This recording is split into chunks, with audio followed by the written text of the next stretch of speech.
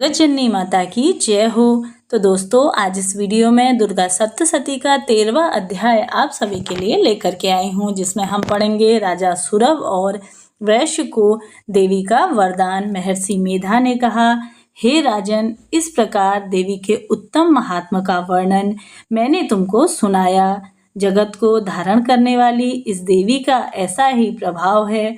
वही देवी ज्ञान को देती हैं और भगवान श्री हरि विष्णु जी को इस माया के प्रभाव से तुम और यह वैश्य तथा अन्य विवेकी जन मोहित होते हैं और भविष्य में मोहित होंगे।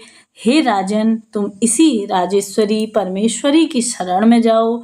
यही भगवती आराधना करने पर मनुष्य को भोग, स्वर्ग तथा मोक्ष प्रदान करती है।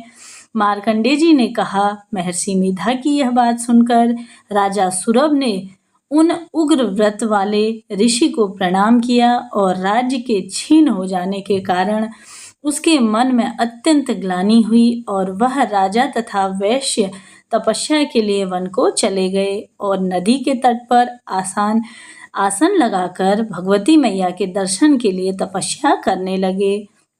दोनों के नदी के तट पर देवी की मूर्ति बनाई और पुष्प, धूप, दीप तथा हवन द्वारा उनका पूजन करने लगे। पहले उन्होंने आहार को कम कर दिया, फिर बिल्कुल ही निराहार होकर भगवती मैया की लगातार एकाग्रता उनकी आराधना करने लगे। वह दोनों अपने शरीर के रक्त से देवी को बलि देते हुए 3 वर्ष तक लगातार भगवती माँ की आराधना करते रहे।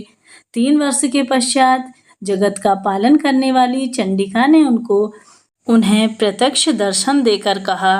देवी बोली, हे राजन तथा अपने कुल को प्रसन्न करने वाले वैश्य, तुम जिस वर की इच्छा रखते हो वह मुझसे मांगो। वह वर मैं तुम्हें अवश्य से ही दूंगी, क्योंकि मैं तुम पर अत्यंत ही प्रसन्न हूँ। मार्कंडेय जी कहते हैं, यह सुनकर राजा ने अगले जन्म में नष्ट न होने वाला अखंड राज्य और इस जन्म में बलपूर्वक अपने शत्रुओं को नष्ट करने के पश्चात अपना पुनः राज्य प्राप्त करने के लिए भगवती माँ से वरदान मांगा। और वैश्य ने भी, जिसका चित्त संसार की ओर से विरक्त हो चुका था, भगवती माँ से अपनी ममता तथा अहंकार रूप आसक्ति को नष्ट कर देने वाले ज्ञान को देने के लिए कहा। देवी ने कहा, हे राजन, तुम शीघ्र ही अपने शत्रुओं को मारकर पुनः राज्य प्राप्त कर लोगे। तुम्हारा राज्य स्थिर रहने वाला होगा। फिर मृत्यु के पश्चात आप सूर्य देव के अंश से जन्म लेकर सावर्णी मनु के नाम से इस पृथ्वी पर ख्याति को प्राप्त होगे। वैश्य कुल में जन्म लेने वाले सबसे श्रेष्ठ तुम मुझसे कुछ मांगो, वह आपको मैं देती हूँ। आपको मोक्ष को देने वाला ज्ञान की प्राप्ति होगी। मार्कंडेय जी कहते हैं कि इस प्रकार उन दोनों को मनोवांछित वर प्रदान करके तथा उनसे अपनी स्तुति सुनकर भगवती अंतर्ध्यान हो गई और इस प्रकार क्षत्रियों में श्रेष्ठ वह राजा सुरभ भगवान सूर्य देव से जन्म लेकर इस पृथ्वी पर सावर्णी मनु के नाम से विख्यात हुए। बोलिए माँ जगत जननी की जय हो, सृष्टि का कल्याण हो।